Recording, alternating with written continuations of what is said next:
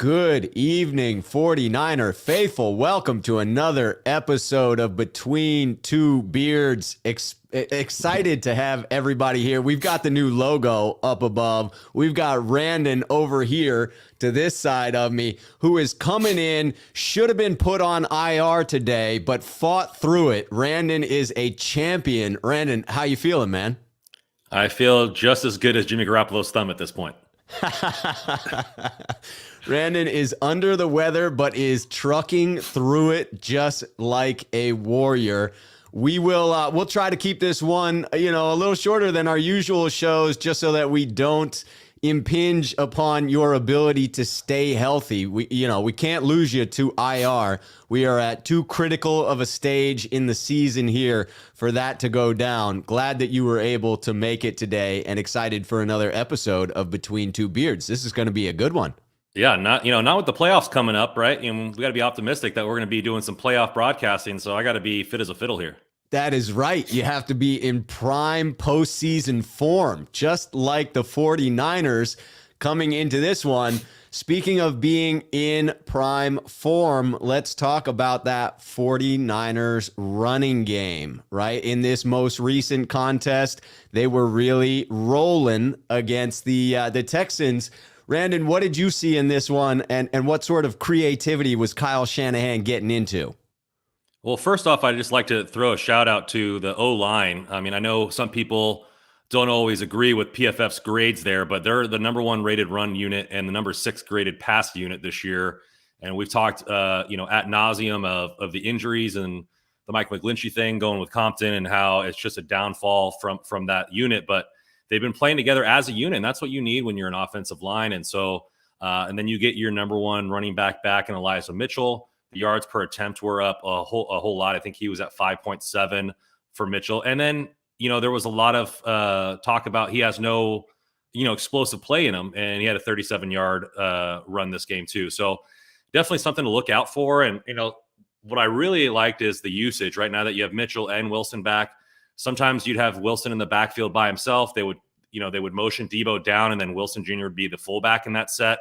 So, getting creative and moving people around and doing those things. The only thing that it seemed that the Texans were pretty much on the outside sweep from Debo this game. He had his worst game as a runner. So I wonder if they're going to shake things up next time on the Rams.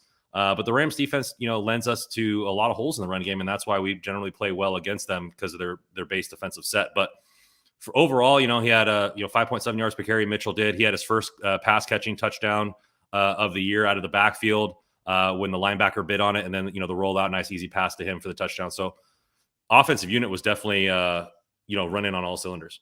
Yeah, that was definitely an easy completion for the touchdown on the pass out of the backfield. I mean, they talked about it, having run that multiple times in practice all week, and each time they ran it, it was wide open. That was the way it was in the game as well. I was most interested by the fact that the Texans were able to stymie Debo Samuel, and I was reading some comments from some of the beat reporters on Twitter today speculating about the same thing, wondering just how frequently when Debo is in the backfield, how frequently he's actually getting the ball, right? How predictable is that run to Debo? If he's lining up in the backfield, does that mean that he's definitely getting it, and therefore it makes it a little bit easier on the defense? But it was just over 50%. It was something like 55 to 60% of the time that Debo lines up in the backfield, he's getting the ball. Now, several of those where he's not getting the ball, it's been a pass out of the backfield. So you do wonder, now that Debo's carries have started to add up, have opposing defenses begun to understand what Kyle Shanahan is looking to do with Debo? It does make you wonder whether that will come into play here against the Rams, but it seems like Kyle Shanahan just has Sean McVay's number in being able to dial up plays that keep the Rams off balance. Yeah, I think Shanahan, when he's on his groove, you look at, I believe it was 2019, that opener against the Browns, right? And Breida takes it for 98 yards for a house call. Right. Well, the play they did was an opposite of, I think it was called the Lear run that they run there. They did an opposite of it. So Shanahan said the previous week they put that run on tape over 10 times, running the exact opposite on the first play.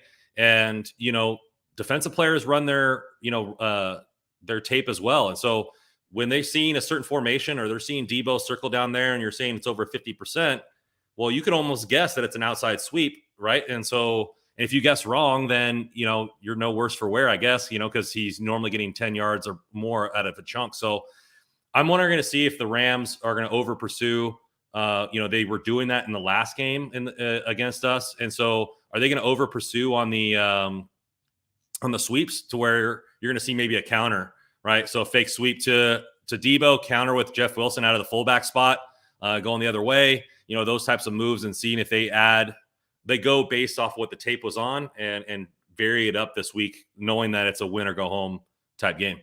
I mean, they have to pull out all of the stops. And the Rams in general are actually really good against the run. The interesting thing for me is that contradiction between who the Rams are when they play everyone else in the league and who they are when they play the San Francisco 49ers to this point, right? I mean, I don't think that we'll talk about this later, but I don't think that we can count on that dominance always continuing. At some point, you would guess that they would figure it out. But when you look at the Rams statistically on the season, their run defense is actually 6th in total rushing yards allowed, so better than the 49ers in that category.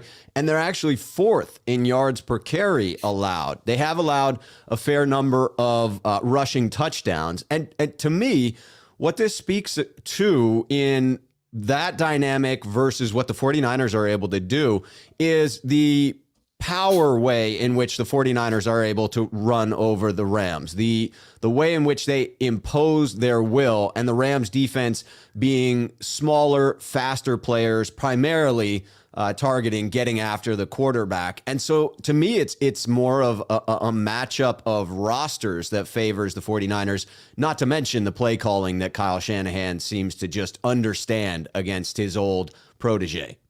Yeah, when you run that wide zone, the linebackers have to stay in their gaps. Same thing with a defensive lineman, right? And that defense comes and goes with Aaron Donald. And so, the Terminator's on the other side, and Brunskill's, been the funny thing about that. But it leads and goes with him. If he's having a good game and he's getting in the backfield and nobody can stop him, he's the defensive player of the year, times 3 or 4 or whatever it is, then that run defense is going to be good based on him. But like I said, we saw a lot of over pursues. We saw a lot of people not staying in their gaps with the linebackers. And the big thing about the wide zone run scheme is those cutback lanes. And Elijah Mitchell has been doing a lot better with seeing those cutback lanes. Jeff Wilson was really having trouble in the first couple games, shaking off the rust, and now he's looking a little bit better. And, even though they did give the ball to Mitchell over 25 times and Wilson doesn't have a carry, but he was on the field quite a bit, maybe a diversion. It's going to be interesting to see how they utilize both running backs, Debo and everything like that, to find those cutback lanes and see if the number 1 rated offensive line can punish the Rams. Yeah, and I thought that Mitchell knocked off the rust quickly. I was watching him hit those holes, and I was very impressed with the speed at which he was getting through the line of scrimmage.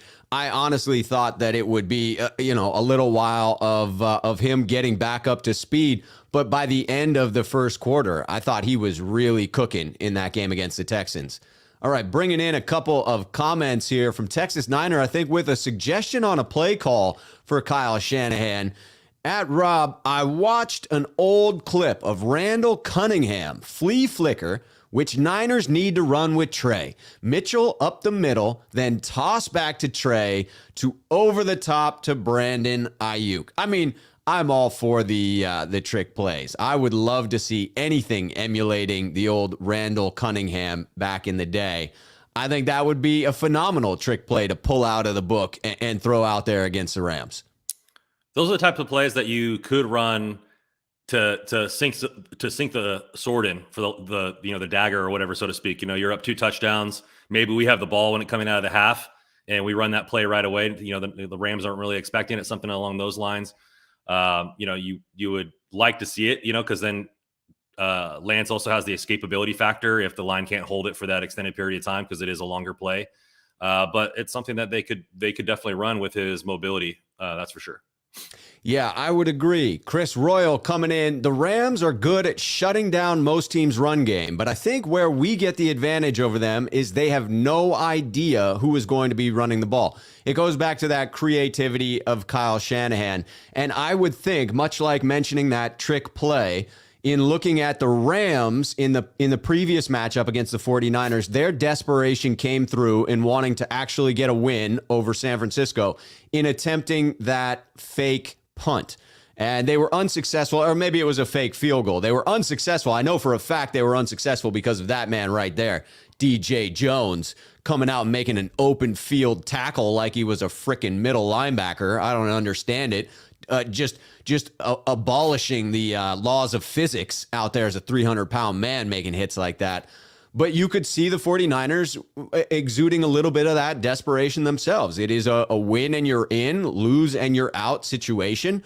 You could see some creativity working its way into this one, in particular with the run game attempting to keep them off balance continually. Yeah. All right, District 13 coming in. Now that we have a quarterback with an arm, let's air it out. What a perfect transition that is. Did you get our show notes? What's going on? Our next topic. Thank you so much for the setup, District 13. We could not agree more with you here. Yes, the shift has been pretty substantial, right? Lance comes in the Texans game and shows that ability to spread the defense, push the ball downfield, and actually complete some of those passes, keeping the defense honest. What did you like about Lance's deep shots against the Texans, Randon? Well, I'm going to pull on some stats here like I always like to do. And according to Next Gen, Lance averaged the most air yards per attempt at 11.5 and threw for the most yards on 10-plus air yard passes, a total of 205 yards, which is the most by any 49ers QB in a game over the last 3 seasons. He also hit 3 separate receivers for essentially 30 yards or more. One was 29, but we'll bump it up. So we'll round that up. Yeah, we'll round that up. So 43 to Samuel, 45 to Ayuk, and 29 to Kittle. So hit 3 receivers for over 30 yards. He's had the best downfield passing game of anybody in the last 3 years. And that includes Cannon Mullins over there. And so you're talking about something that's stretching the field out and going there. And not only that is the biggest thing that I think was the downfall, or maybe where people were struggling to go to him earlier, or maybe the Shanahan was, is because he was overthrowing slants by like 5 yards in the first game, really hoppy on his feet. We talked about it in the previous episode where in college, he succeeded in that area, being the most accurate passer in the draft from 0 to 5 yards. So I think it's just maybe he settled in a little bit and was hitting some of those timing routes over the middle, which Shanahan likes. He was going to the dump offs when necessary, and then he was extending the plays and trying to shoot it downfield. I think the best pass, I was listening to a different podcast and they talked about how that the route to Debo was supposed to go versus what Trey Lance did to make that route more effective is what he flattened him out. So if you look at the angle, Debo's going to back pylon. Well, the corner or safety would have a shot out breaking up that route, but he threw a flatter route to pull Debo in, leaving him the only opportunity to catch that ball and make a play on it. So I think he did a lot of good things downfield, and he also took the easy throws when necessary. You saw after the first half, he was still 10 for 13, I believe, in the first half, and people were like, oh, his first half was garbage. But you saw a lot of the straight runs that we didn't want to see up the middle all the time. And they opened it up a little bit and allowed him to cook a little bit in the second half. And, I definitely like it. It opens it up. And the biggest thing that you see is that Jimmy likes to throw the ball in the middle of the field where there's more defenders in the middle of the field. Now you have Lance throwing to all parts of the field where there's less bodies. They're harder throws, but there's less bodies there. And then I like the fact that he took ownership of the interception. Probably shouldn't have fit that ball in there, but it was a little bit on the line, hit the underneath the defender. So overall, I really liked it, and it definitely, I think, helped the run game as well. Sorry, I probably took all your points, but no. Thankfully, I've got one in reserve. But I will echo what you were saying, that I was very impressed by Lance's ability to push the ball. That I truly believe that will, in the long term for the 49ers, lead to a significant boost for the run game because of the fact that teams will no longer be able to predominantly run 8 defenders in the box. And that will have long-term impacts over the course of a season with Lance Lance starting all of those games going to have long-term impact on our ability to hit home runs in the run game because you just won't have as many defenders crowding the line of scrimmage. But in addition to just how good he was in pushing the ball, in addition to those stats you threw out there, which I'm just blown away by in the yards per attempt, the average depth of target, both, leading all quarterbacks on Sunday. He was also extremely efficient in the underneath stuff. That's what I was very surprised and pleased by. In the 0 to 20 air yards on Sunday, Lance was 13 of 16 for 174 yards and a touchdown with 0 interceptions. 8 first downs came on those throws that were 0 to 20 air yards. So that's what people want to see. They want to see his ability to hit the throws that Jimmy would normally hit and then give you what you're talking about, which is that added depth of taking the shots with that big cannon for an arm. So to me, it was a very complete game in that regard. And I do think that there was a night and day difference in Kyle Shanahan's play calling for Trey once he got comfortable. There was that marked moment in the game on that second 2-minute drill. Thank God they got a second attempt at a 2-minute drill, because that was when Kyle Shanahan finally seemed to understand the rhythm for Trey Lance. Yeah, I think it's something that his biggest knock was, okay, all the stuff that we mentioned that he can do is rolling him out and all these kind of things, but he was having trouble hitting the slants, which is the timing routes are a big part of Shanahan's offense. He believes he can scheme wide receivers open better than any coach in the NFL, and they drafted players that are good yak players, and you need to be able to hit those passes. Like what you said but where he elevates the team is being able to go do the off-schedule stuff and throw the ball downfield. I think one of the best passes, I believe he was rolling left. He was trying to get around the edge. The defender got there first. He pulls up and then just throws a nice little 12-yard, or I think it was 12 to 15-yard pass to Schuerfield, gets the first down. But, being able to pull up and throw the ball where it needed to go instead of trying to ram it in as a running back or do one of those things or put the ball in harm's way or just throw it away, he was able to augment what he was thinking that he could get around the defender and pulled up and hit the open wide receiver. Yeah, there were some throws that got a lot of coverage on Twitter and other places where you saw a repeat of the video. That was my most impressive throw. When that one to Schuerfield early on, when he was rolling left and sort of a half a pump fake, got the defender to leave his feet and then was able to throw around and get that one to Schuerfield for a first down. That was my most impressive throw to start the game. That was when I said to myself, and I think I even tweeted it out, that this is what the offense has been missing, and now we're seeing it. It's an added element for the 49ers. Yeah. District 13 bringing in here with Jimmy. Let's run it 40 times with Lance throw. This one with District 13, I understand the mindset that District 13 is in here, but I have to say, on some level, I disagree with this in that I believe that regardless of who is back there at quarterback, the 49ers are a run-first identity, and both quarterbacks benefit from significant runs, trying to get to that 30 rushes per game mark. And hell, if you get there, go for 40, might as well. But I think that benefits Trey just as much as it does Jimmy. Yeah, you see it out, and I think you look at it a lot where like the big plays get all the acumen online just because they're highlight reel stuff, but most teams only pass the ball past 30 yards, 3 or 4 times a game. And so, but the willingness to be able to take those shots is what opens up everything else. You look at, going all the way back from the West Coast offenses, right? Is the point is to spread the defense out wide by hitting those short passes over and over again, hit the run game, and then take those shots vertical.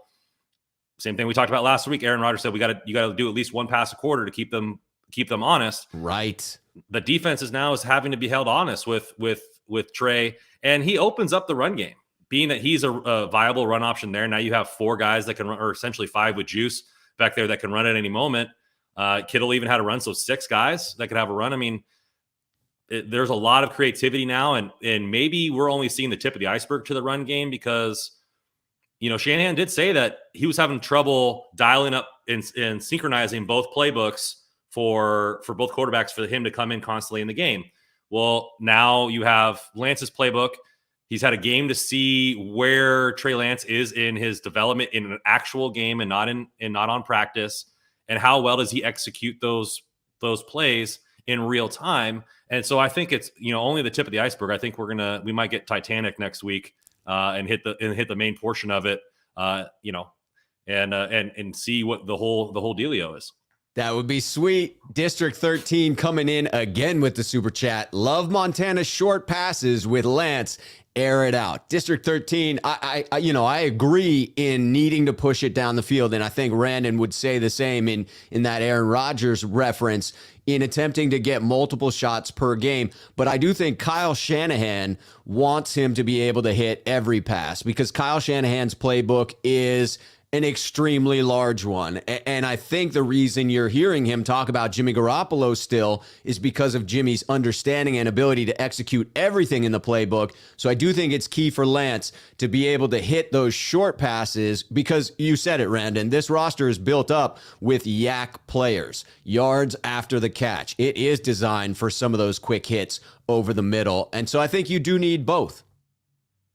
You definitely do. And if you're, I'm looking at stats here, and there's no starting quarterback in the NFL that has over a 10 yards per attempt average, right? So the fact that he had 205 yards of his 256 off of my top of my head that were air yards over 10, like he was airing it out. Like that's what we, but the timing routes have to be there too. And a good quarterback knows when to throw deep and when to take the underneath route and rely on your teammates' athletic ability, right? These other people that you're drafting are athletic on purpose. Like their job is to be an athlete and catch the football and create their own yardage after the catch. And so sometimes you got to believe in that teammate to do their job. And that's what Jimmy does pretty well is it allows them to get yak yards. And when you can have both, recipes cooking at the same time, who doesn't like more food?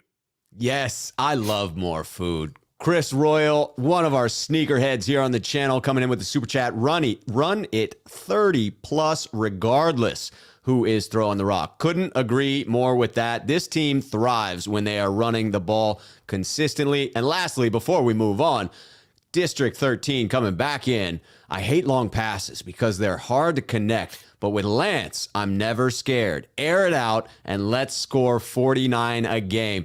I mean, I love that attitude, and I would absolutely love the 49ers to put up significant points. I'm not sure they're there as a team right now. They're much more of a complementary football team. Possess the ball, worry about time of possession, get the run game going. But if they can begin to implement more and more of these deep shots, they become a very, very dangerous offense. All right, let's get into our next topic here. This one is an observational one, Randon, and so I'm interested to get your take as well. This is the post-presser and practice Jimmy perception. A little bit of alliteration for everyone there. Work in all your P's. What I saw was a presser that left me completely doubtful that Jimmy was going to play this week. I mean, he's talking about, to quote him directly, and this is not directly because he drops the F-bomb, but he says, it hurts. When in answer to a question that says, what does it feel like to throw with a torn ligament in your thumb? It hurts was Jimmy's answer. And you could see in his face, he's smiling, he's laughing after he says it, but he's not kidding. That he had a throwing session on Tuesday, working on his motion, which is concerning to hear a quarterback talking about working on his motion when he's in the league 8 years. Says he was significantly sore from that. And so I think to myself, there's just no way. There's no way he's playing this weekend. It's a smokescreen. Kyle Shanahan is attempting to force the Rams to prepare for Jimmy Garoppolo. It's going to be Trey Lance.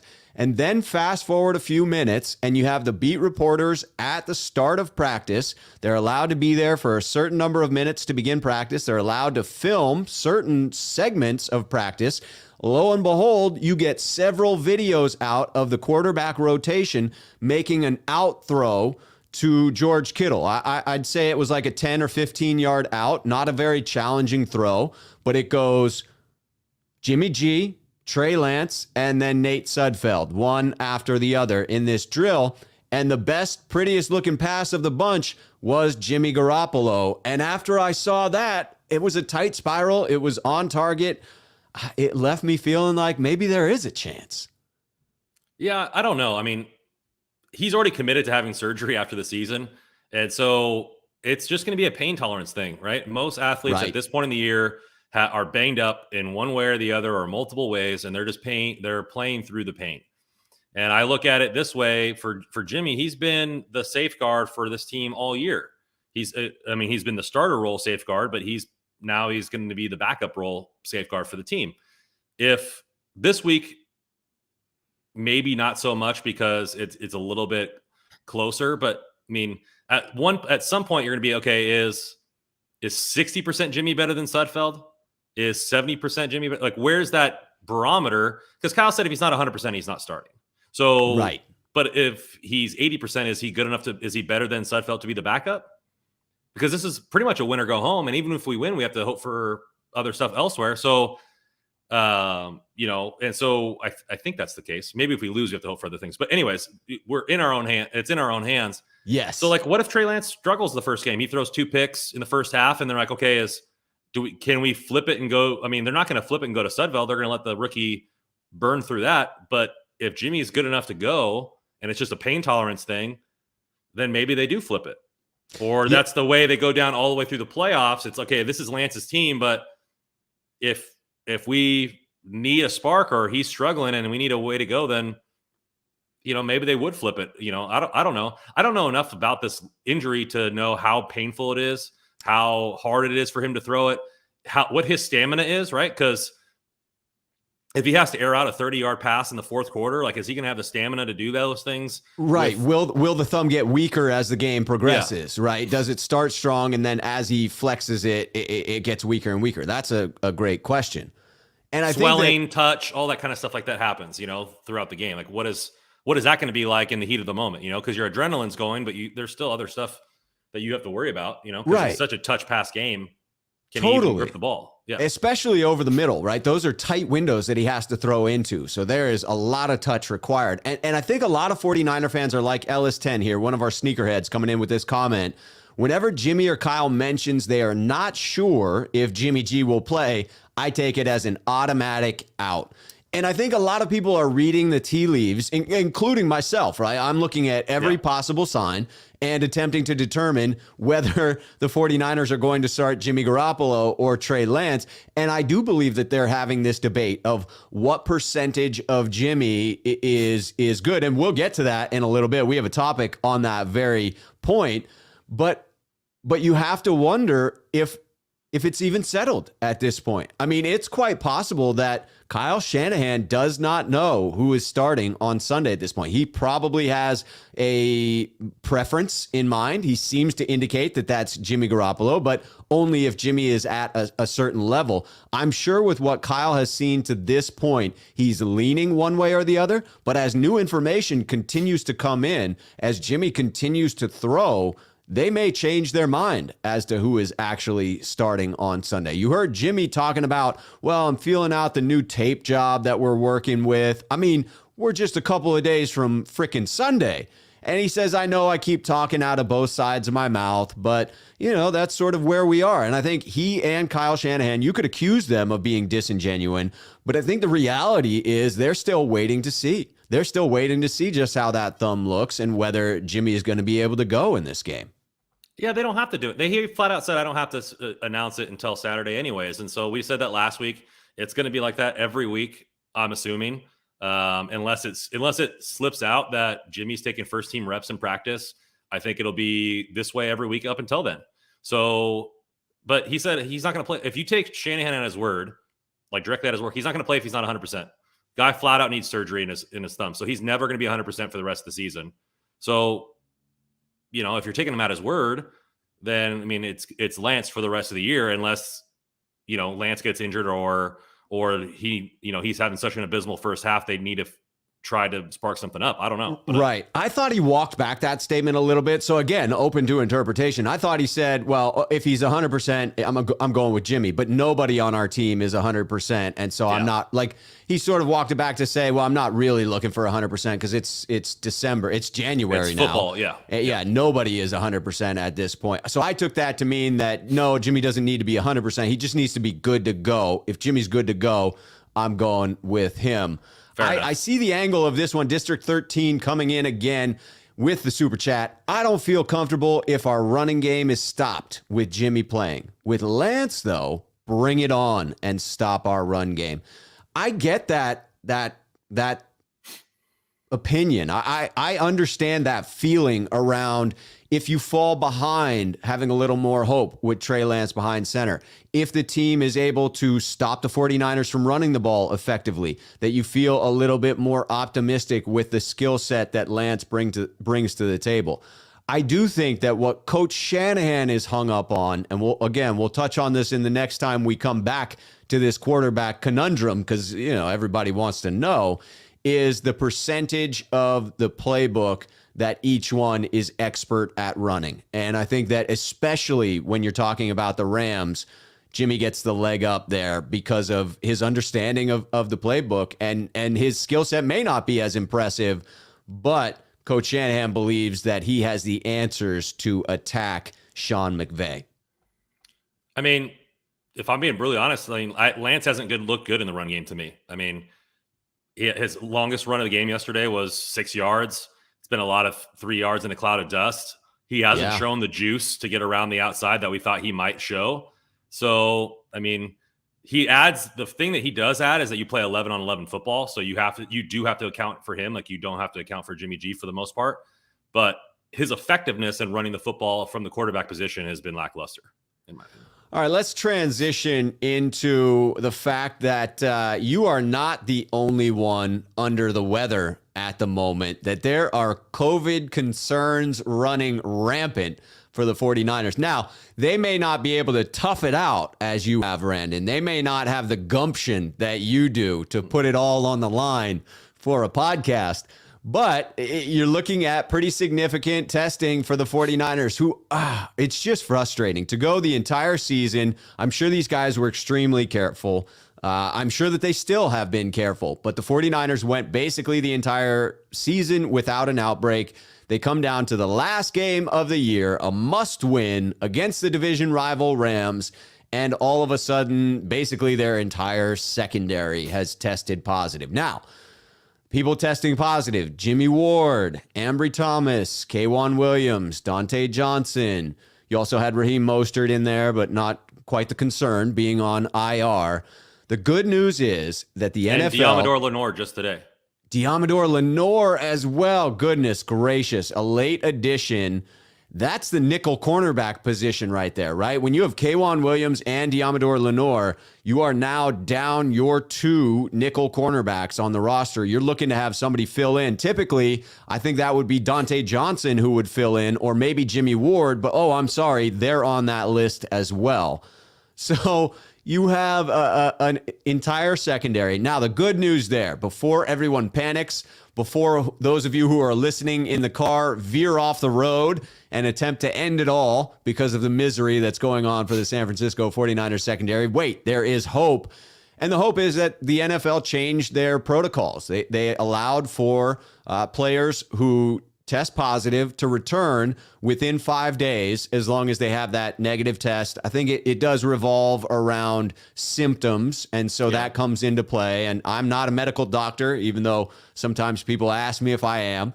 And so I'm not going to hazard a guess as to who's got symptoms, who doesn't. But what we know for a fact is that these guys have a chance to get cleared. So there is a shot for every one of these players to be playing on Sunday, and that's big.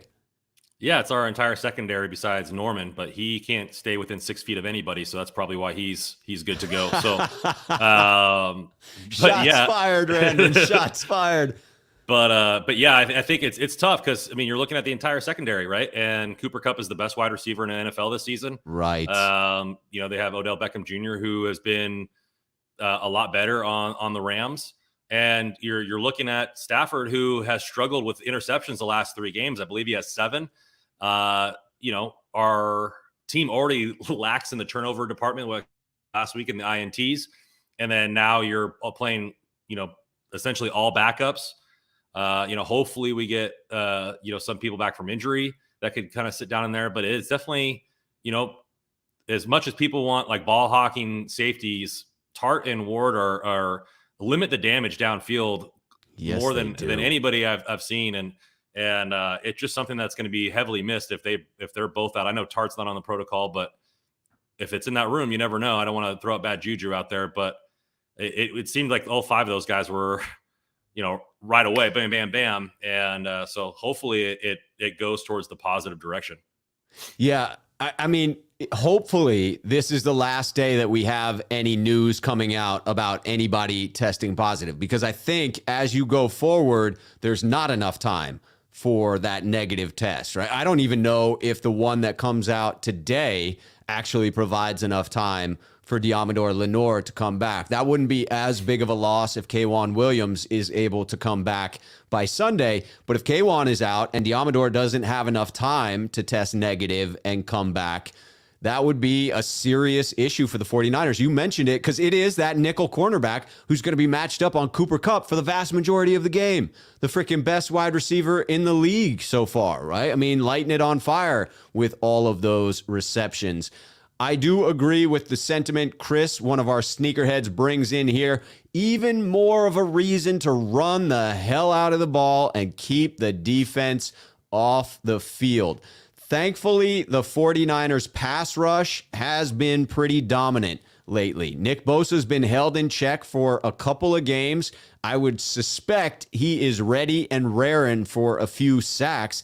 I mean, if everyone in the secondary is out, that's what you have to hope for. You have to hope that your run game is going, that you win the time of possession, limit the number of snaps for the Rams offense, and keep your defense fresh so that when they do have the ball, boom, pass rush is all over them and try and contain the Rams and that fearsome wide receiver group. Thankfully, without Robert Woods there, unfortunate in his injury.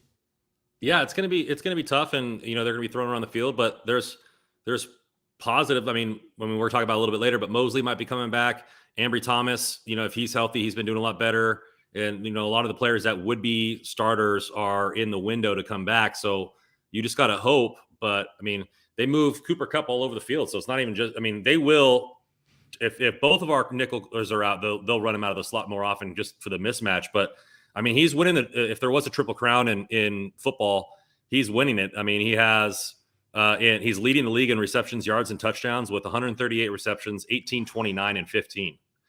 So, I mean, you're talking about over 100 yards a game, roughly around 10, receptions, and pretty much averaging a touchdown per game right now. It's pretty incredible.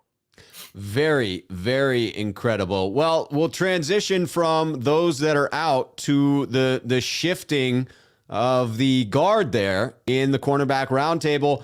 Josh Norman obviously benched mid-game, brought in Dante Johnson. I mean, you have to laugh when it is pass interference, get him out of here, bench that guy, bring in Dante Johnson. Oh, what was that pass interference again? I mean, it just was comical in that way.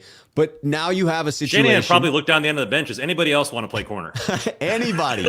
We are taking applications at this point in time.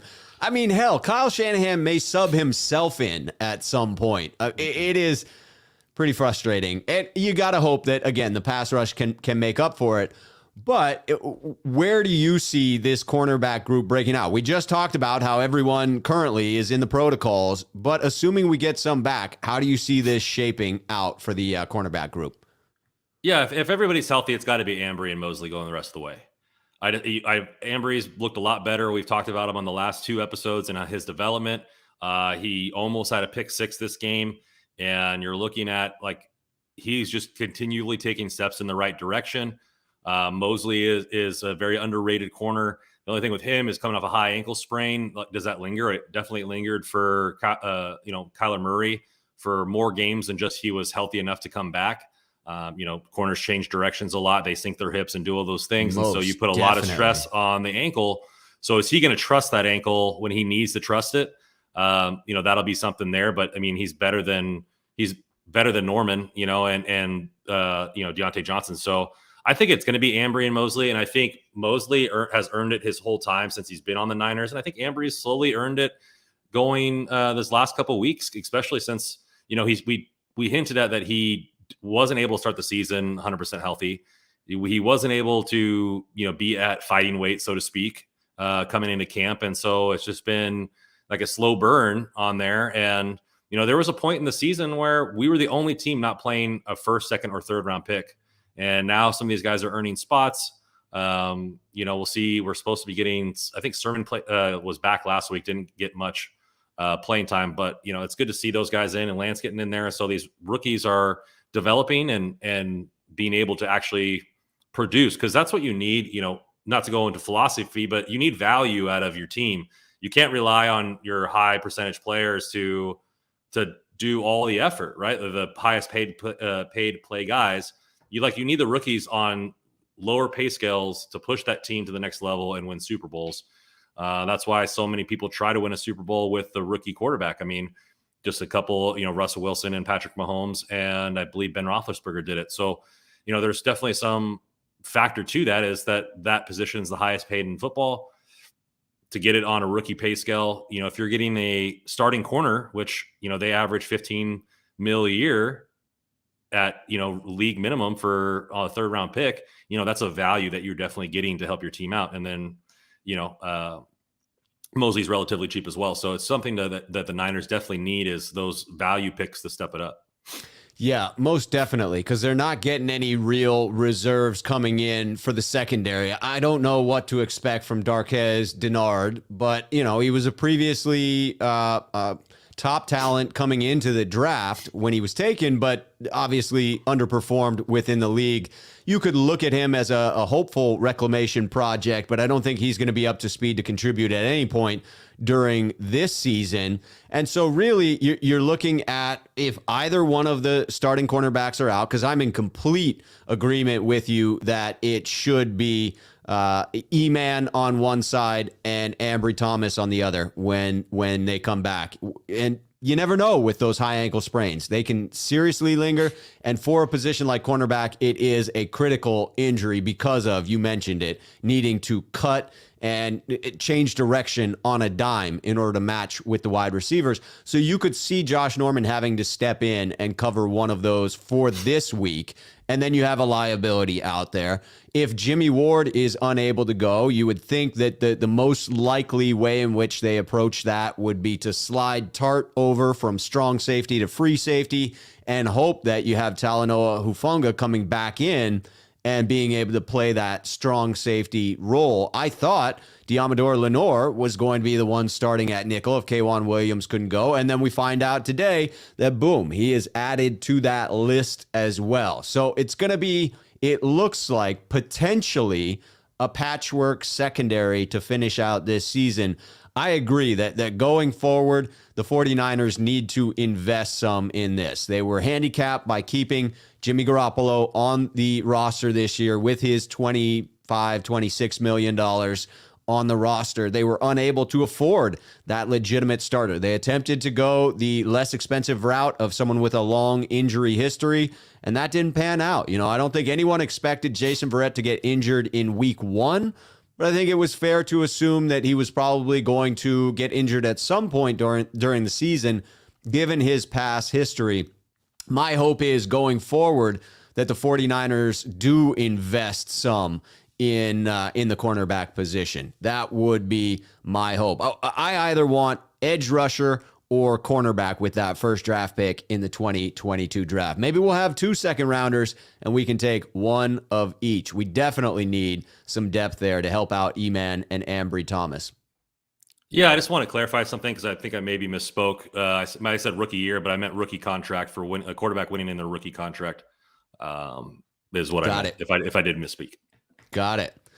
All right, moving forward to talk more about players that may be coming back. Let us start with, whoops, I went back in time. Let us start with the Rams on this one and the return of Cam Akers. In the first matchup with the 49ers, the Rams only rushed the ball 10 times in that contest. Now, you could say that's probably because they fell behind 21-0, lickety split, because of Matt Stafford and his ability to throw some interceptions.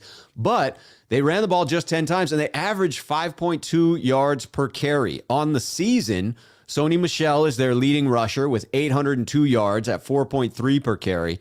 Darrell Henderson behind him with 688 yards at 4.6 yards per carry. When I look at that in comparison to last season Cam Akers, there's the tale of two Cam Akers. There was regular season Cam Akers and there was playoff level Cam Akers. And there was a distinct difference in the two. Regular season, 625 yards, 4.3 yards per carry. Playoff level Cam, 221 yards in 2 games at 4.8 yards per carry. 2 touchdowns during the regular season, during all those contests. 2 touchdowns in the postseason during just 2 contests. So to me, this one really matters as to which version of Cam Akers are we getting. Regular season or postseason Cam? I think it's hard to know. I mean, coming off an Achilles, he's also ahead of timetable on the recovery time that was estimated when he first got injured. And so this is kind of an unprecedented situation that we're seeing here. If Michelle wasn't doing so well for the team, and they're essentially the same size back, they're not like, it's not like thunder and lightning or anything like that. Cam Akers is a little bit faster in his 40. You have Sonny Michel a little bit faster in his cone time based on combine numbers. So, are they going to play that where Cam is just going to get a couple carries? Is it one of those situations we were talking about with Jimmy? Like he's healthy enough to play, but he's still not like at burst speed. We saw it with Jeff Wilson Jr., like having trouble, like having the rust of seeing the holes and seeing the cutback lanes, being out of the game for the whole year. Is that going to be something that's lingering? And if Michelle wasn't doing well for the team, I think you would see a lot more of Cam. But I don't really expect too much from him just because of the success that Sonny Michel has been having. Maybe 5 to 10 carries. Where this might be a game breaker for the Rams is, like you said, in the playoffs when he gets a couple more weeks of seeing defenses and running during practice, and it's a little bit more healthier. This could be a push in the postseason more than this week. Yeah, I think you're right about that. He will need to knock off some rust. When you're coming back from an Achilles, I mean, look back in 49er history, right, when we had Michael Crabtree coming back from that Achilles. It took a while to round back into form. And I know that athletes, even just in the time frame from when Crabtree played until now, have come a long way in the way in which they prepare for games. But there's going to be some rust that needs to be knocked off. I might look for there to be a little bit of a difference in bringing Cam in around the goal line as a bigger bodied back that might be able to punch it in for them.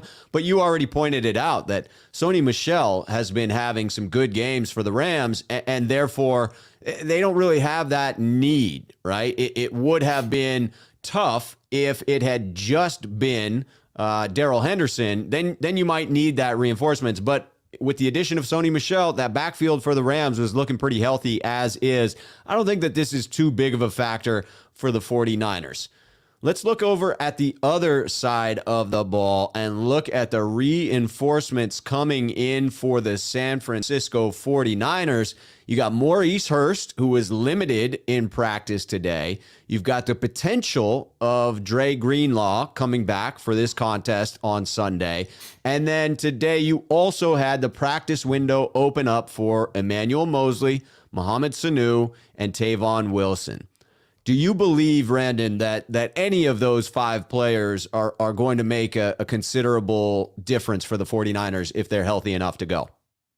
The only one for me would be Moseley if he's healthy enough for go, just because of the possible COVID nature of the secondary at this moment and on Sunday. But then, the practice window was open. We've seen a couple times this year where it was open and that player didn't start that week. They started the next week. So right.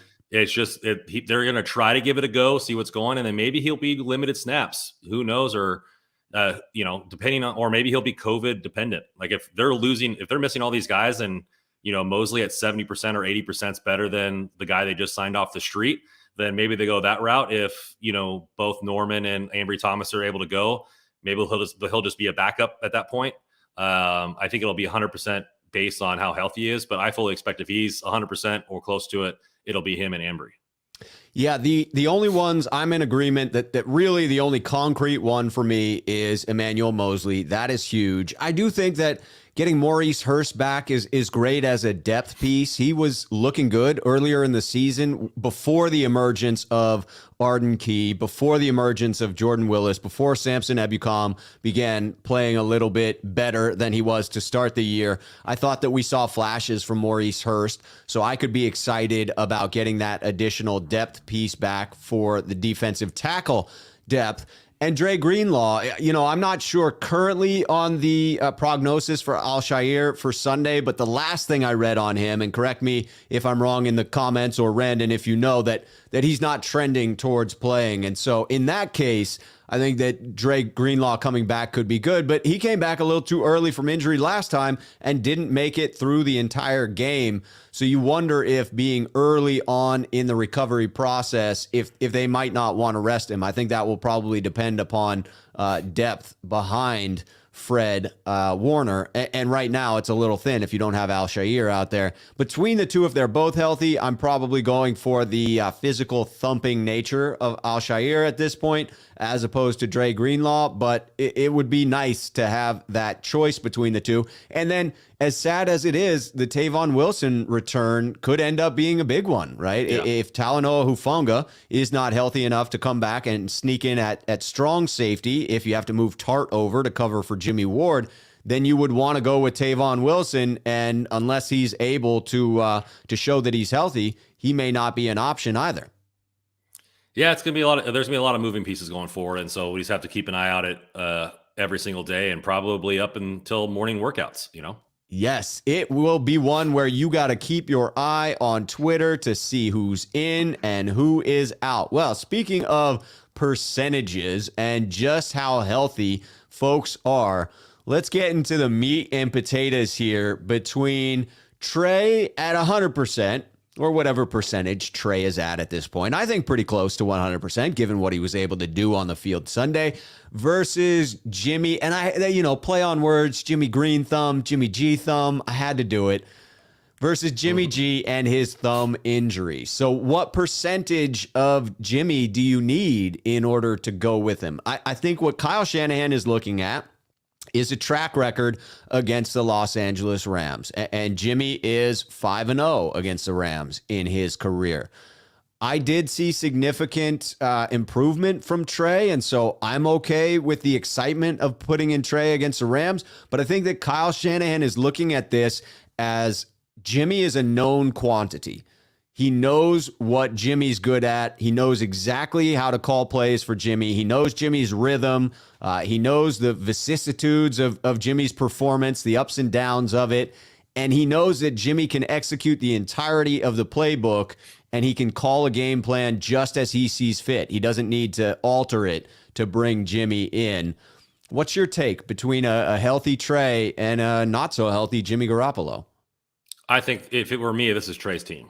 At this point, because it's non-healthy, like how healthy is non-healthy? Right. If you get a swollen thumb mid-game because he gets hit or whatever, then you're going to have to, you just gave Jimmy all the first team reps all week. And then he has to take it out like mid second quarter because he takes a sack and injures it even further or that kind of goes.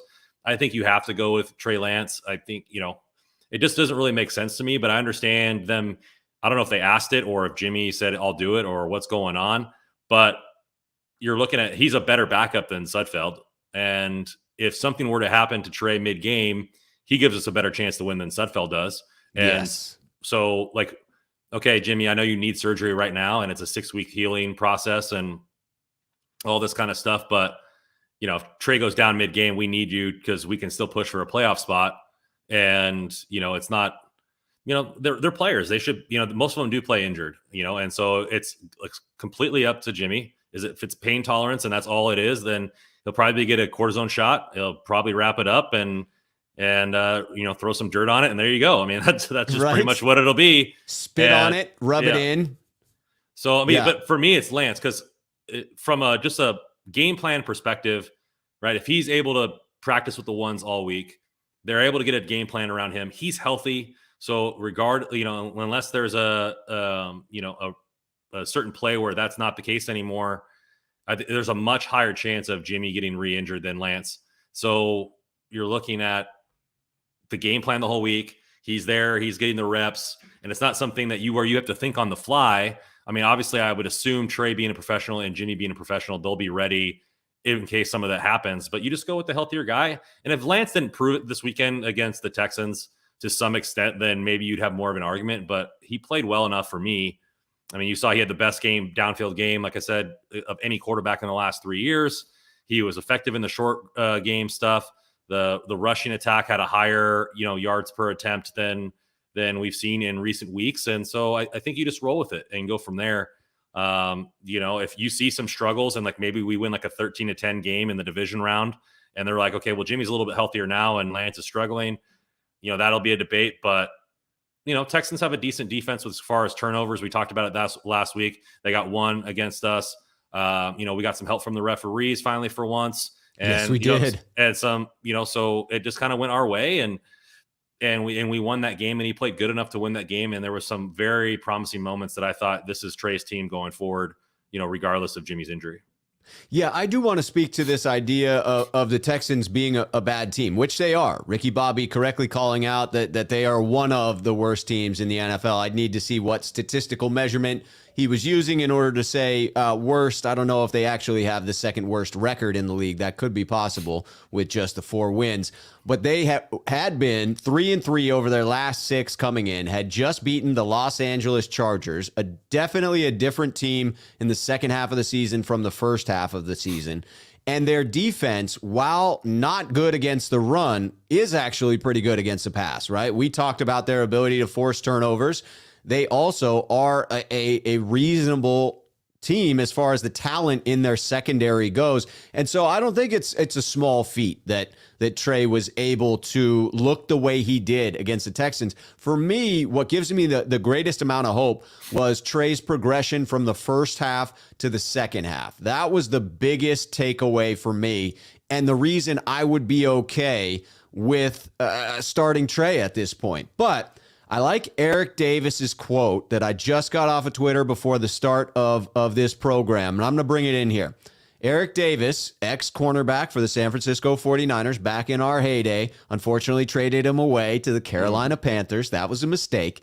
Eric Davis said, "New information calls for new thought process for a got-to-have-it game. Jimmy G won't be 100%. But if he's 75 to 85%, he has to start. 75% of Jimmy G is better than 100% of Trey right now because it comes with 100% of Kyle and 100% of the playbook." That's actually the point that I wanted to drive home earlier that I do think is relevant to this conversation, is that idea of Kyle being able to dial up the plays that he believes attack the Rams in the most specific fashion, as opposed to having Trey Lance in there and feeling compelled to call plays that benefit Trey, that go to Trey's skill set. I think that he can have more confidence with Jimmy in there, have more confidence that he can call whatever he believes is best at attacking the opposition, and knows that Jimmy can execute everything in the playbook because of how long he's been doing it. He executes it at a lower athletic level than Trey Lance does, but Trey Lance's athleticism does not overcome the fact that he doesn't have the entire playbook down with the same level of proficiency as Jimmy Garoppolo. So I think I'm inclined to agree with Eric Davis's statement here that if you've got Jimmy in that 75 to 85% range, specifically against the Rams, I think I agree. I think I'm going with Jimmy. What do you make of that statement? I think it's two different things. And one, just for the chat, we were specifying the Texans are top 6 in interceptions in the league. So we were talking they were a high defense in turnover, not yards given up or anything like that. So they actually have a higher turnover differential than the Niners do. So that's what we were speaking about last week. To go into what you said, I think that if the game plan, if the Rams are most susceptible in the middle of the field, is it not that Trey Lance can't execute the playbook? Because I don't think he can. I don't think he does execute less of the playbook. I think he actually opens up the playbook more often. But if the Rams are more susceptible to the interior, like the middle of the field where Jimmy likes to eat, right, then his peak on the timing routes is more than Lance's is right now. So do you go with he has a more of an elite trait in the part of the field where the Rams are weakest, or do you go with I think the best overall option, which would be Lance because of injury, that opens up all the sides of the field? So it's just going to be it's just going to be interesting to see what he plans to go on, whether it's going to be something that is going to be in the middle of the field or if he wants to continue to open it up, right? I mean, Lance did it better than anybody else opening up the field in the last 3 years for any quarterback. And so, I just want to see if if that's what he believes and going forward. And I think you saw the confidence.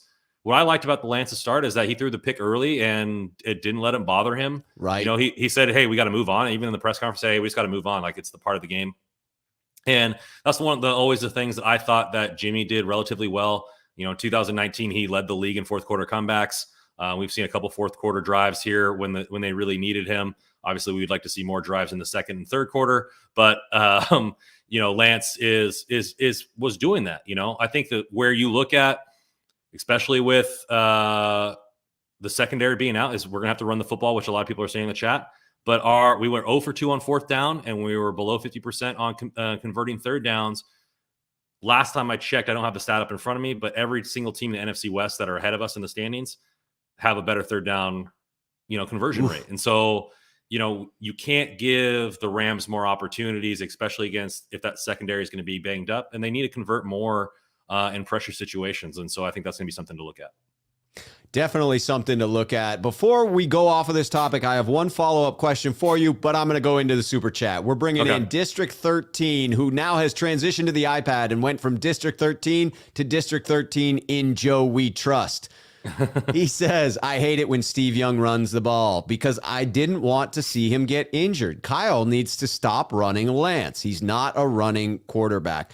I have to agree in some sentiments and disagree in others. I do think he is a mobile quarterback, but I agree it shouldn't be the focus. And those power runs where we're continually seeing Lance get stood up at the line of scrimmage and then hit by a second defender, those are the runs I wish that we weren't calling, because it does seem that he has not really learned how to avoid those big hits. He seems to run into the contact, then get held up by the first defender and just get railed on by someone else. So if he can avoid those hits, I'm good with him extending the play with his legs. I'm good with him escaping the pocket with his legs. But the designed power runs, unless you're specifically in the red zone, and even then, I mean, that was the brutal hit in the Arizona game. Even then, I'm skeptical of it. What are your thoughts? Should he be running less as far as designed runs? No, I don't think so. I don't think he's shown to be very effective at it. And then, is that because of him trying to be more of a pocket passer, which is what Kyle wants him to be? It wants him to be a quarterback first and not a runner? Is that because of the fact he was playing at a North Dakota State where he could run around everybody and he was the best athlete on the field, and now he's no longer that?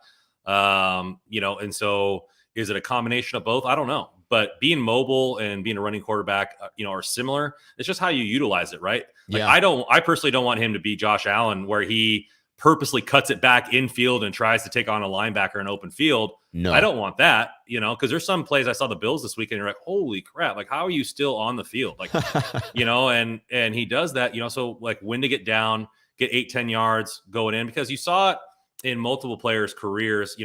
Specifically Russell Wilson, because we play him more often.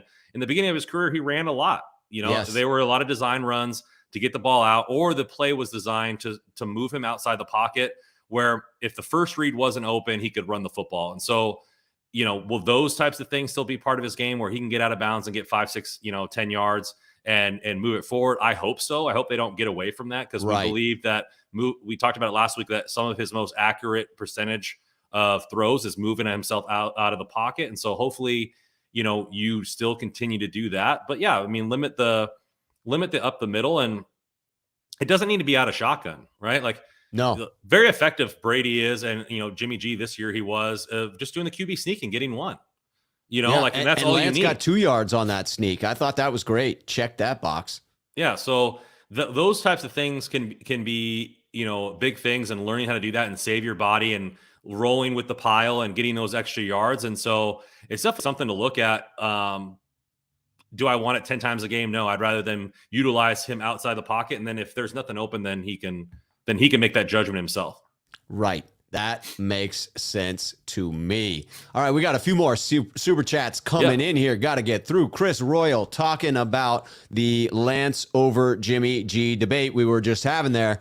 Talking about Jimmy, his hand has the chance to cause us to lose. Lance is healthy, and his athleticism will be a thorn in McVay's side. I think those people that are calling for Lance to start are saying just that you've got a less than 100% Jimmy Garoppolo. You never know when one of those passes is going to flutter and turn into a pick six to Ramsey or whomever over the middle of the field, and that you have a chance to unravel more of the playbook that Jimmy can't do, to your point, Randall, in pushing the ball, in running, and just allowing the healthy young gentleman to play. Yeah, I mean, his athleticism is why you draft it, and not only in his arm and in his legs. And that's going to come from him being more confident in his arm, right? He'll run less because he's able to see reads. He's able to see wide open wide receivers. He already trusts to make every throw on the field. But, you saw it, or you heard from Niners say in practice where he was tucking and running for the first 5 weeks. And then, he was starting to make more aggressive plays downfield. You saw that in the game. But just even some of those things, like I thought the best throw where he pulled up from running and throw to Sherfield, those things are effective. You pull up, you just dunk it to the outlet right there. Let the athlete that, is getting paid to take the hits in the middle of the field. And you just take the check down and move forward and go from there. And so to have a nice combination of both those is to be something to be recommended. But how many times have we gotten burnt from Russell Wilson, Patrick Mahomes, Aaron Rodgers, all these guys on 3rd and 16, and they find a seam to run the football and just get a first down slide, and you're like, son of a bee. We covered that well, and that's eventually when the more confidence Lance gets, not only throwing the football but recognizing, okay, this is a linebacker. I could probably get to the 10 yards and slide and get a first down.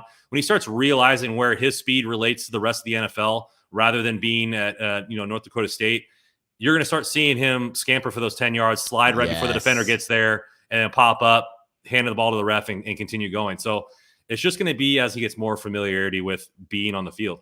I totally agree. We've got Syard coming in as the newest member of the channel, a sneakerhead. Thank you for joining and the support, and then coming in with the next super chat. Syard says, best part of watching Cone was getting to find the shoe, the perfect mix of knowledge, analysis, and just being plain right about things.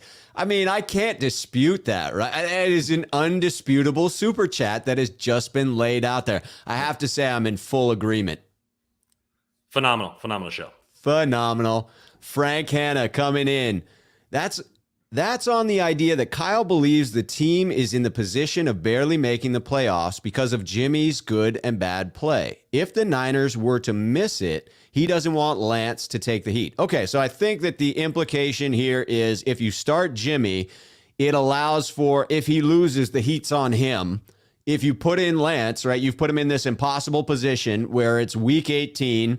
He's only started 2 games so far this season, and now he's got to carry the 49ers into the playoffs. And if he falls short, he gets all of this heat from the fan base that says, well, you couldn't beat the Rams. We own the Rams. We've owned the Rams for years now. So I could see that as why someone might want Jimmy to come in, but I don't think Lance sees it that way. I think that Lance is an unflappable competitor.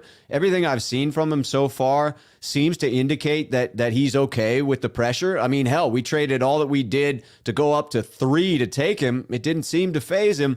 So I'd be okay with him being the quarterback behind center and taking the heat in case it didn't work out. I have faith that he could deliver in that regard. He's going to have to take the heat every single game next year. Yes, so there'll be a lot of heat to come around. So they're playing, I don't remember the schedule. I believe they're playing the AFC West.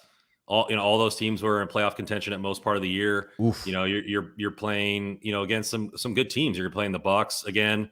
So you're going to be playing against some good teams next year. So why not throw him out there? If they miss the playoffs and they lose this game, the Rams are a good team. They're second in the division. I think they're second in the NFC. So it's not like the Rams can't beat the Niners, right. It's kryptonite and it's guaranteed to happen every single time. It's just we've had their number quite a bit of times, but it doesn't mean that it can't happen. And so for me to say Lance is going to need to win important games all next season. If they win this game, essentially he might be the quarterback for the entire playoff. So why not get him in there and get him some of that heat? I mean, it's not, the game wasn't flexed to prime time, so it's still at a 3:00 game. It's still winner take all. So it's not like it's going to be with all the lights on, but still, like, I mean, he's a pro athlete. Like, he needs to be able to do this.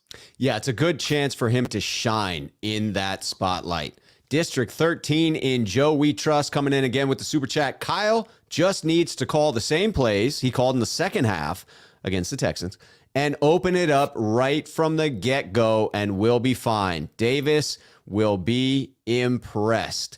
I definitely believe that Kyle will carry forward what he learned in the Texans game and get a faster start. I do think it was a matter of feeling out Lance, of finding that rhythm. Kyle Shanahan has specifically called himself a rhythm play caller before, and you can see it. I mean, when he is truly feeling it, it's something special to behold. And I thought he started to feel it towards the end of the Texans game. If Lance does start, I do expect a quicker start in this one. How about you, Randon? I mean, you already know what he has to bring. And so, why not? You have nothing to lose at this point. I mean, just let it rip. Like, let's see what he can do. See if he's willing to put the team on his back and get it going. And he showed, we've, beat a dead horse. He's shown the ability to throw it downfield. He's shown the ability to hit the slants, which was his biggest knock in this last game. And so, in the run game opened up. And so, like, why not? I mean, if you're going to be, calm and collected and just run these dives up the middle constantly to start the game to see how it feels, I think that's a losing effort for Shanahan, because you can't bet on us getting 2 interceptions in the first quarter like we did last game. No, you cannot count on that. Ricky Bobby, I see your super chat there. I cannot put it up. I have to say it's a shot at Grant Cohn, and he invites those shots. Don't get me wrong, but that one seems a little personal, and Grant is a friend of mine, and therefore I'm not going to put that up. Keep that in mind when you throw out the insults. He will take them all because, he likes to instigate conversation. And I think he loves his haters just as much as he loves those that follow him because they enjoy his content.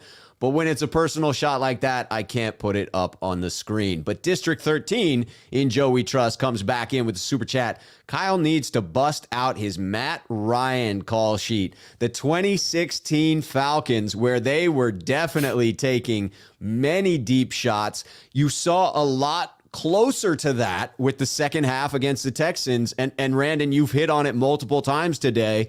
That's the element that Trey Lance brings to this offense that is absolutely missing when you have Jimmy Garoppolo behind center. Yeah, you got to be able to expand the field, and that's all it comes down to. Keep the defense honest. Andy Sun coming in with the donation. No question. If you have one that you didn't get in there, let me know and I will get it up for you. But I appreciate you bringing that in. And we got one more before our last topic. District 13 again. Jimmy lost to Tennessee. That's why Lance needs to win. There are several games when you go back this year that are very painful. Now that the 49ers sit in the win or die mode, there are several games that were so winnable for the 49ers, and they just were unable to close the door on the other team. Certainly the most recent one was that Titans game. It will be very painful if that ends up keeping us out of the playoffs, but I think we will see whomever's under center take care of the Rams, and we won't have to worry about that. Yeah, there's a lot of recency bias with the Tennessee game because that should have been a win. We should have came out hotter. Yeah. But fact is, we were 4-5 in one-score games this season.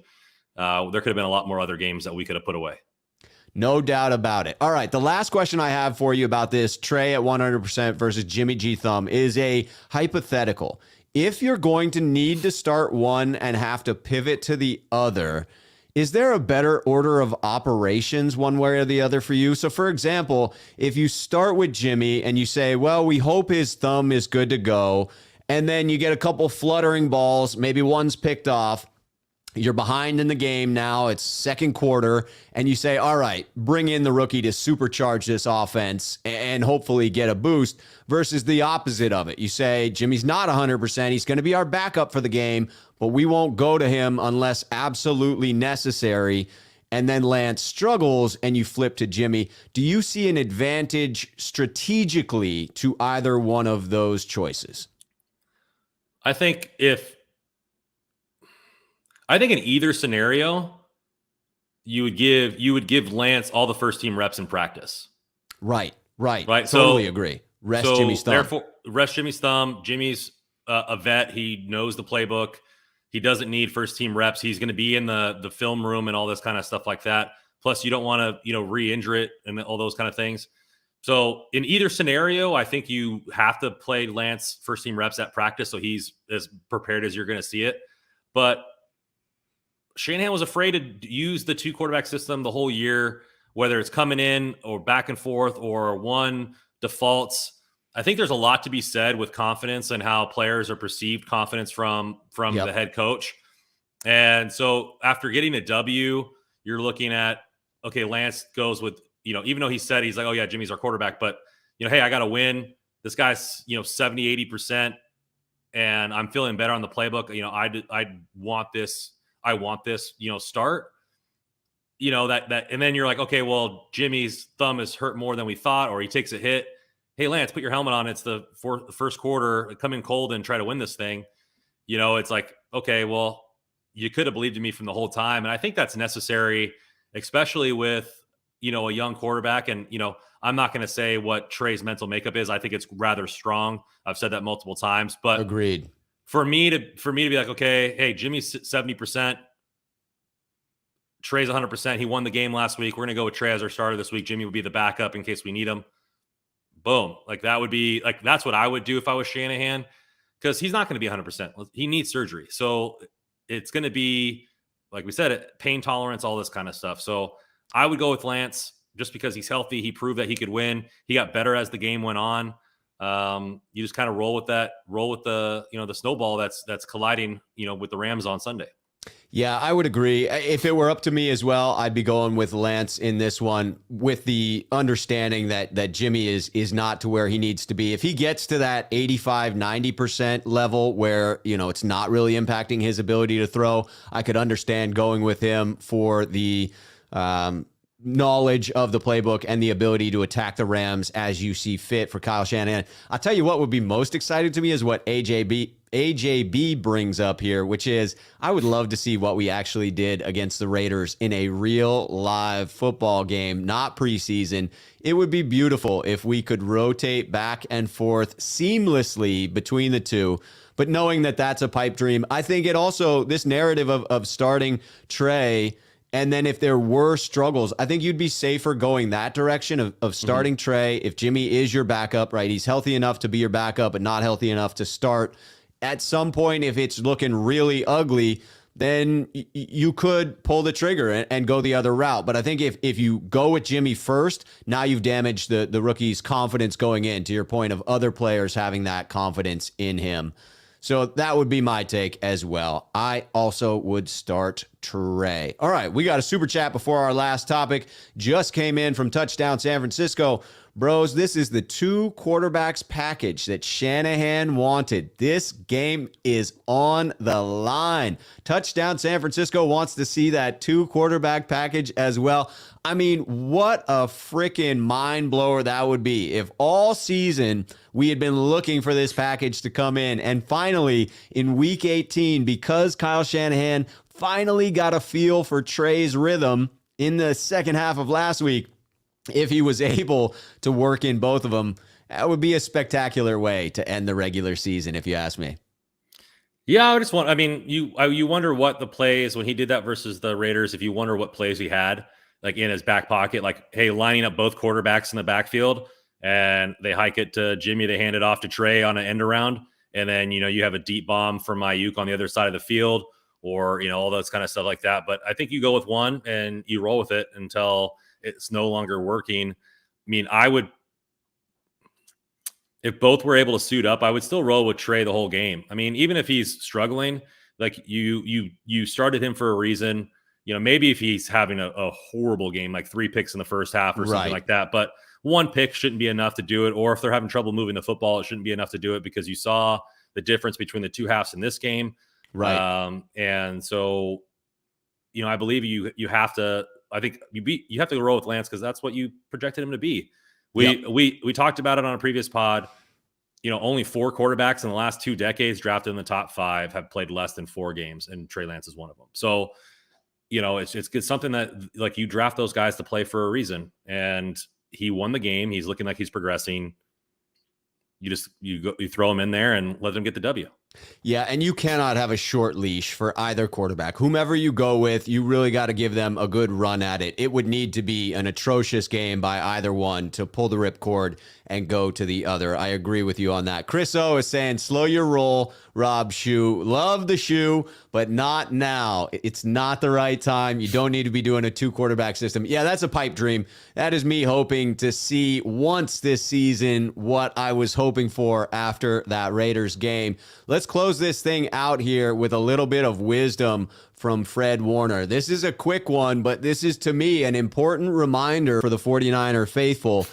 Warner coming out and saying, if we don't come to play, they're going to embarrass us. Not if we don't come to play, they're going to beat us. No, if we don't come to play, this Rams team is so talented that if we take them lightly, if we believe all the hype, if we say to ourselves, we own the Rams, we never lose, we've won X in a row, right? If Jimmy's starting, he's a perfect 5-0. If they go into it with that mentality, the Rams are out to absolutely redeem themselves, and it would be an embarrassment. And I do think that a fair number of the 49er faithful mistakenly believe that this one's going to be an easy one, and I see this as a freaking close game coming up. A very talented Los Angeles Rams team. They're all professional athletes. Do you think Darnold, who's a multiple-time Defensive Player of the Year award, likes losing to the Niners? Do you think that Ramsey came to the Rams to lose? Like, none of these players like to lose. McVay's probably tired of getting his butt beat. And most definitely. And so it's like they're not going to come in like pulling punches. I fully assume they're going for the number 2 seed, because why wouldn't you? You have home field advantage most of the way unless you play the Packers in the NFC Championship. Therefore, you're playing at home the entire time, including the Super Bowl. And so, like, why wouldn't you want to do that in instead of playing in Dallas or wherever? It's like, because I don't think they own the tiebreaker with Arizona. So if Arizona wins and they lose, I think they move to the 5 seed. That's correct. They lost both games to Arizona, I believe. So, you're looking at, they win. If they win, they're the number 2, and you need home field, or they would like home field advantage for the whole playoff besides maybe the NFC Championship game. But as we talked last week, that's a 50-50 shot when both the 1 and the 2 seed make it. So it's going to be interesting. Like, I don't think they're going to pull any punches. I don't foresee it. There's really no need for them to rest players. They don't got anything locked up. So, they're professional athletes. I played, way lower level sports than professional football, and I didn't like losing. Nobody, and these guys are like, they do it for a living. Like, they don't want to get their butt beat for the 6th time against the Niners. So I fully expect them to come and play. And I think the biggest maybe X factor that they didn't have last game versus this game is going to be OBJ. Yes. He was just arrived. He didn't know the playbook. Yeah. And that first pick of the game was a miscommunication between him and Stafford. Right. And now they're throwing up. You've seen it in multiple games where they've thrown up on the goal line when OBJ's one-on-one, that fade route. And, they talked about it to where, they're starting to get confidence in just throwing it up there. So, I think that might be the biggest X factor with our possibility of our secondary issues and the relationship that's developed there, along with the Triple Crown winner and Cooper Kupp, might be something that's way different than what we saw last game. Yes, they must be taken seriously. They are a different team from the last time we played them. They do have OBJ completely immersed in the playbook now. They may have a few snaps from Cam Akers. This one is going to be a barn burner, to quote one of the folks in the chat. Man, it's going to be an exciting game on Sunday, and this was a hell of a podcast covering that game. Randon, I had a great time, as always, here in Between Two Beards with you, good sir. Yeah, it was a great time. You got to play injured in this sport, and you have to, and give the fans what they want. So I appreciate you having me on. I ran a comb through my beard for you and all of our fans before we came on here. So appreciate it. I have reached out to Jack Black to ask them to sponsor the show with their beard oil. I'm waiting to hear back. We shall see. We'll get some free product in here. That's what keeps this gorgeous beard looking just as silky smooth as it does. So Jack Black, if you're listening, I'd like to get paid. And so would Randon. It has been a fantastic show. Randon, you're pushing through injury Always appreciate that. Before we get to this last super chat that just came in here, want to say that if you enjoy the content, please do like the video before you head out and subscribe. Randon's information is down in the description of the video as well. You can follow him on Twitter. You can find the Genuine Draft SF podcast link down there as well, where you can listen to this goodness going on whatever service you use for your podcast. Let's get to that final super chat to close out. Touchdown San Francisco says this game is going to come down to special teams. Oh, man, that made me a little nervous. I hope it doesn't, because the 49ers have had up and down performances by their special teams. But what I will agree with on this from Touchdown San Francisco is this one has the potential to be very close. This one has the potential to be decided by one play, to be decided by the ball bouncing in one funny way, a turnover here, a turnover there, whatever it is. This one could be very close, and it could be special teams. Hey, all three facets of the game are going to have to be on all cylinders in here. A field possession with Wisnowski, putting them back whenever we don't get the first down is going to be just as huge as the field goal kickers and everything like that. Because, we got to get first downs to keep their offense off the field, and field position is huge when it comes to these one-score games, which you think it's going to be. Huge, very huge. All right, 49er faithful, keep your eye on Twitter this week to find out who actually is starting. It's going to be a nail biter down to the frickin' end. I got a feeling about it. We will be back here next week between two beards, Wednesdays at 5 p.m. Pacific Standard Time. What is that in Central Time where you're at there, Randall? 7 o'clock yep. Central Standard Time. So be there or be square next week. Again, Randon, pleasure being here with you. And 49er faithful, until next time, cheers.